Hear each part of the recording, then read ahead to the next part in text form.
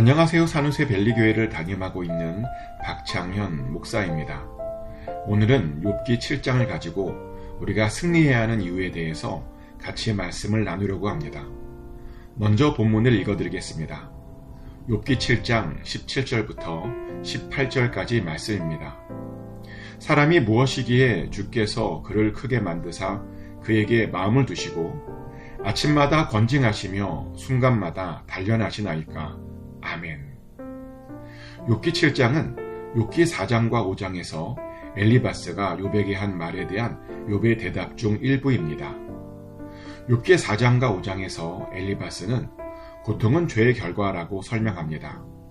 그러며 욥에게 회개해야 한다고 말합니다. 그러나 욥은 억울했습니다. 왜냐하면 아무리 생각해도 그런 고통을 당할 정도의 죄는 지은 것 같지 않았기 때문입니다. 그래서 욥은 하나님이 자신에게만 너무 엄격하다고 하소연했습니다. 심지어 하나님께서 자기를 바다괴물로 취급하고 있는 것 같답니다. 그런데 이 고백은 아주 충격적인 고백입니다.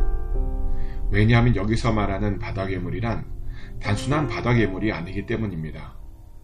하와를 유혹한 바로 그 옛뱀을 말하는 것이기 때문입니다.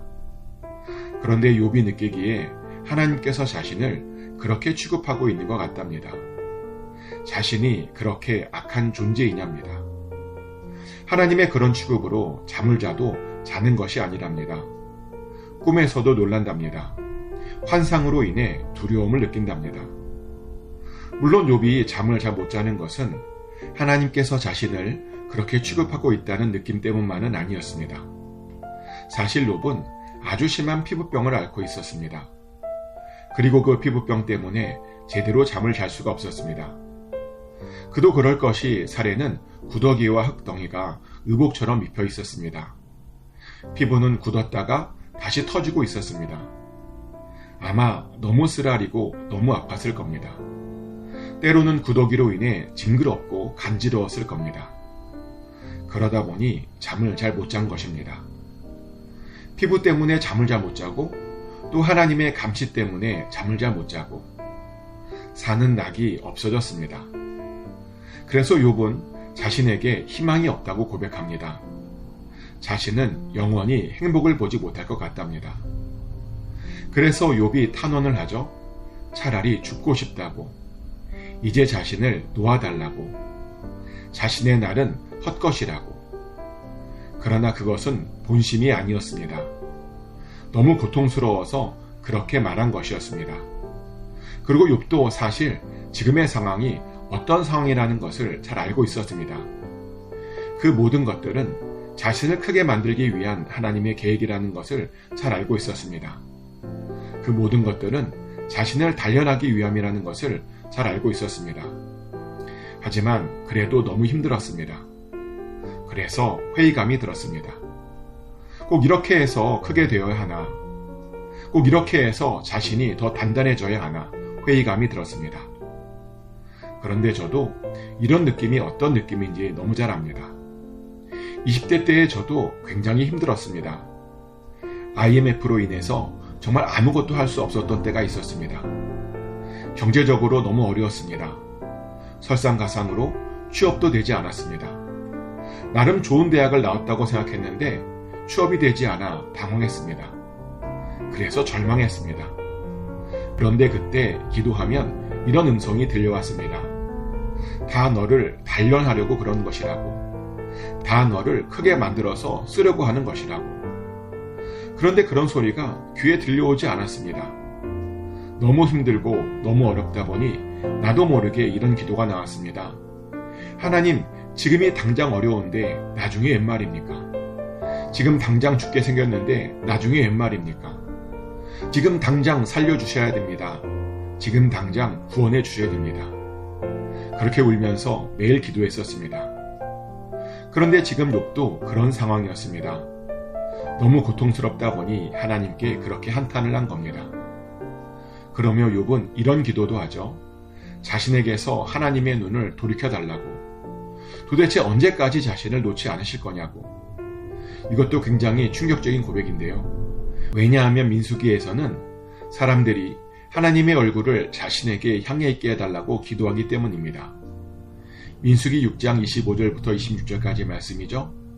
여호와는 그의 얼굴을 내게 비추사 은혜 베푸시기를 원하며 여호와는 그 얼굴을 내게로 향하여 드사 평강 주시기를 원하노라 할지니라 하라. 아멘. 하나님께서 아론에게 명령하시기를 하나님의 얼굴이 사람들에게 비추게 해달라고 축복하랍니다. 하나님의 얼굴이 그들에게 향하여 들게 해달라고 축복하랍니다. 그래야 은혜가 있답니다. 그래야 평강이 있답니다. 그런데 욥은 그 반대로 말합니다.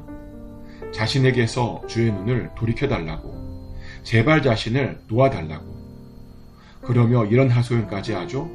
자신의 범죄가 하나님께 무슨 해가 되냐고, 자신이 범죄한들 하나님께 그것이 무슨 큰 문제가 되냐고, 그러니 이제 그만 자신을 감찰하라고.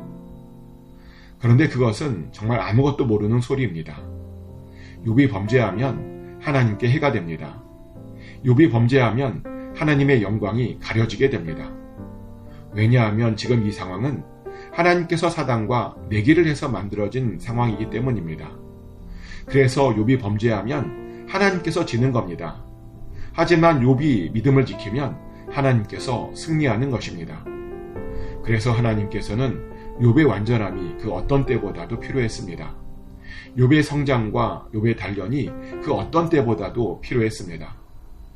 그런데 욥은 그것을 잘 알지 못했습니다. 그래서 자신을 그렇게 작게 본 겁니다. 그런데 이런 것은 욥뿐만이 아닙니다. 요즘도 많은 사람들이 자신들을 작게 봅니다. 그러며 자신의 행동이 별것 아니라고 생각합니다. 자신의 행동이 어떤 큰 문제를 일으키겠냐고 말합니다. 마치 여리고성에서 하나님의 것을 훔친 아간처럼 말이죠. 그런데 우리는 절대로 작은 사람들이 아닙니다. 우리는 예수님께서 우리를 구원하시려고 당신의 목숨값을 지불하시고 사신받은 그런 존재들입니다. 그래서 우리의 값어치는 예수님의 목숨값과 같은 겁니다. 그래서 하나님께서는 우리가 완전함 가운데 살기를 원하시는 겁니다. 그래야 우리를 통해서 하나님의 의로움이 드러날 수 있습니다. 그래야 하나님의 사랑과 자비가 더 빛을 발할 수 있습니다. 그래야 예수님의 십자가가 헛되지 않을 수 있습니다. 그래서 우리는 절대로 범죄하지 말아야 됩니다. 그리고 하나님께서 우리를 감찰하실 때 투덜대지 말아야 됩니다. 이 모든 연단들은 다 지나갑니다. 이 모든 것들이 다 지나가면 우리는 하나님의 계획을 따라서 더 단단해지고 더 커질 것입니다. 그래서 더 크게 하나님의 영광을 올려드릴 것입니다. 욥도 그랬습니다. 욥기의 마지막을 보면 욥은 더 단단해졌고 더 커졌습니다. 그래서 그의 삶이 하나님께 영광이 되었습니다. 여러분들도 꼭 그렇게 되시길 축복합니다. 반드시 이 연단에서 승리하여 하나님께 크게 쓰임받게 되시기를 예수 그리스도 이름으로 축복합니다.